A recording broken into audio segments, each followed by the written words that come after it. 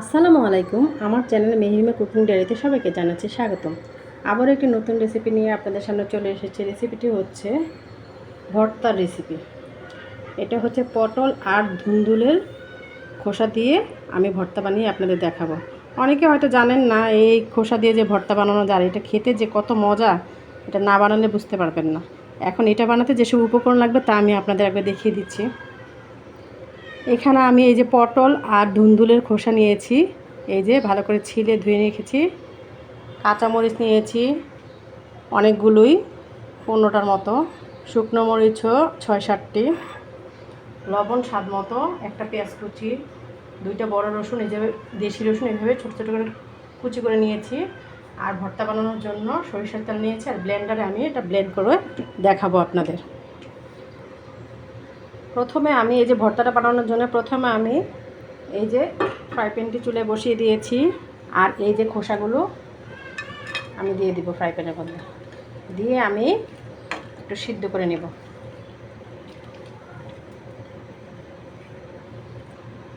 দিয়ে আমি অল্প করে পানি দিয়ে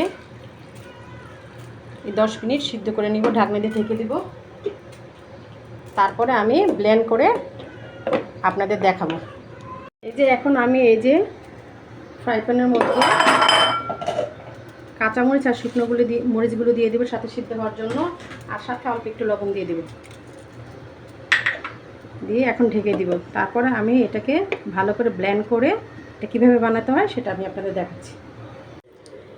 এই যে পটল আর ধুন্দুলের খোসাগুলো আমি ব্লেন্ড করে নিয়েছি, আপনারা চাইলে পাটায় বেটে নিতে পারেন। এখন আমি ফ্রাই প্যানটি চুলায় বসিয়ে দিয়েছি, আর দিয়ে দেব সরিষার তেল।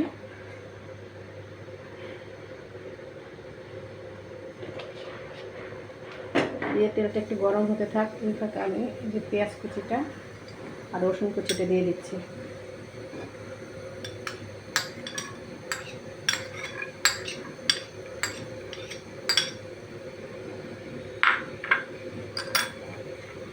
দিয়ে আমি একটু বাদামি বর্ণ করে ভেজে নিব।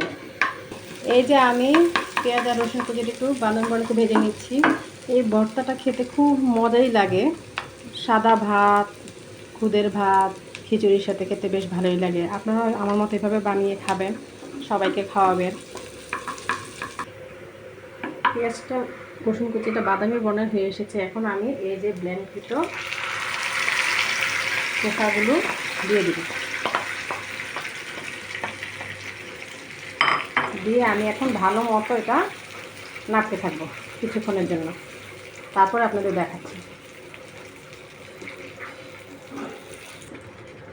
আর সাথে দিয়ে দিব লবণ। লবণটা সবসময় একটা পরিমাণ মতো দিবেন, স্বাদ মতো।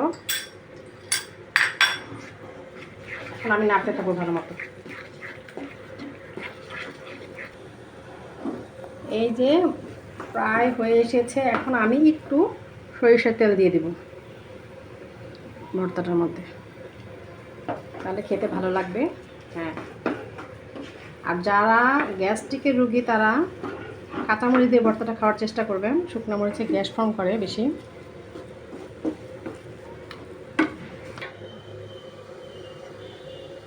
হ্যাঁ, ভর্তাটা হয়ে গেছে। এখন আমি নামিয়ে পরিবেশন করে দেখাচ্ছি আপনাদের।